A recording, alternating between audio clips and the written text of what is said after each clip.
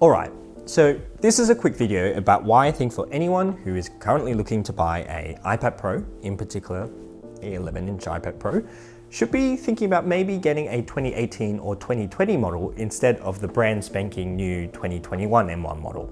So hear me out. Since WWDC just a couple of days ago, Apple introduced some welcome changes to iPadOS, including a new app library, a new multitasking shelf that looks to be a pretty good step up from the current clunky multitasking options offered, and my favorite feature, universal control, which allows you to seamlessly move your cursor from one Apple device to another with the additional added bonus of a drag and drop feature. But this brings me to the first reason why I would be looking at the 2018 iPad Pro over the M1. The thing about these features is that they're not exclusive to just the M1 iPad Pro. So by virtue of just having an M1 iPad Pro, you would not theoretically benefit any more with these iPad OS updates than someone with, say, a 2018 or 2020 iPad Pro. But what if you didn't care much about these features? What if you cared more about performance? Well, yes, the M1 iPad Pro definitely beats out the previous A12X and A12Z Bionic processors in synthetic benchmarks. But the main issue here is how much iPad OS handicaps the M1 processor from reaching its full potential in real-world applications. Just take a look at Tom the Tech Chap's video, links below. He exports a 10-minute Premiere Rush project and only achieves a 5% difference between the 2020 iPad Pro and the M1 iPad Pro. Other examples exist where the M1's processor edges just a bit better in real-world applications and even worse in some circumstances. But for someone like me, who has used my 2018 iPad Pro for photo video editing, media consumption, gaming, and Word documents, I honestly was never in need of any boost in performance in the first place. In fact, the main rate-limiting steps were down to iPadOS. Things like no progress bars for file transfers, video uploads not continuing without the screen and iPad active the whole time, the lack of integration between photos and files. I mean, the list just goes on.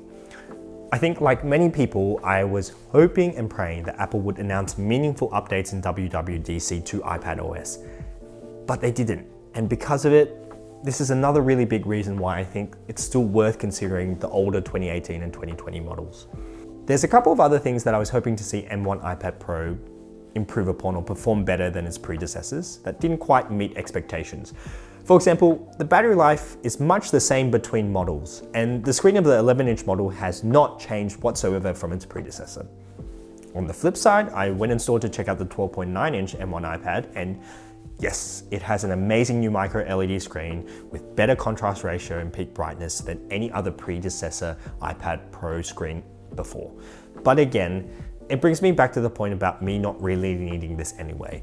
The 11-inch iPad Pro screen is a better size for me. It's plenty bright already and has enough contrast for me to enjoy the videos and games that I consume on it. Similarly, things like the addition of the wide-angle selfie camera is nice and all, but I would have preferred more meaningful updates like putting the selfie camera in the top bezel in landscape mode rather than so much have it still on the side. Another great example of a less meaningful upgrade is that of the Thunderbolt 4 that's integrated into the USB-C port now for M1 iPad Pro. Great for when you want to have running multiple high-speed devices off the iPad Pro. But tests so far have shown compatibility issues with said devices, such as external SSDs. These SSDs have much lower transfer speeds when connected to our iPad Pro compared to a MacBook Air or Pro. It just seems that Apple, in their rush to integrate M1 and to introduce things like micro LED, really missed out on what should have been more meaningful hardware upgrades with the software support to back it up. Now, the final and most important reason for why I think a lot of you guys should now be considering a last gen or 2018 model is the price. So currently, if you're looking at the iPad Pro 11-inch model, and say you want a decent amount of storage, 256 gigabytes, because it's going to be your main device, and also you want also an Apple Pencil and of course the Magic Keyboard with cellular, well, that's a whopping 2,247 Australian dollars. On the other hand, if you go the refurbished or second-hand route, you may be lucky and score yourself a pretty tip-top condition 2018 iPad Pro with the exact same storage. Buy yourself the Magic Keyboard and Apple Pencil on the side. You may save up to 750 Australian dollars. I mean, all in all, in my opinion, that's a pretty decent deal. As I pointed out before, yes, you may have a bit less performance, you don't have as much RAM, and you don't have as many cameras to take photos on your iPad with. But on the bright side, the performance caps on iPad OS means that the ceiling's pretty low, and you still get an awesome 120Hz screen. You still get all the new features of iPad OS 15. You still have the same battery life as the newer models.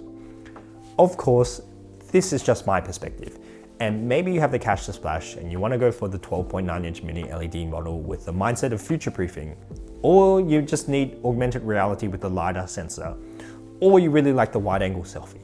I mean, fair enough, but just be wary that in its current state, you are nowhere near reaching its full performance potential, and so far, there is no timeline as to when that might occur.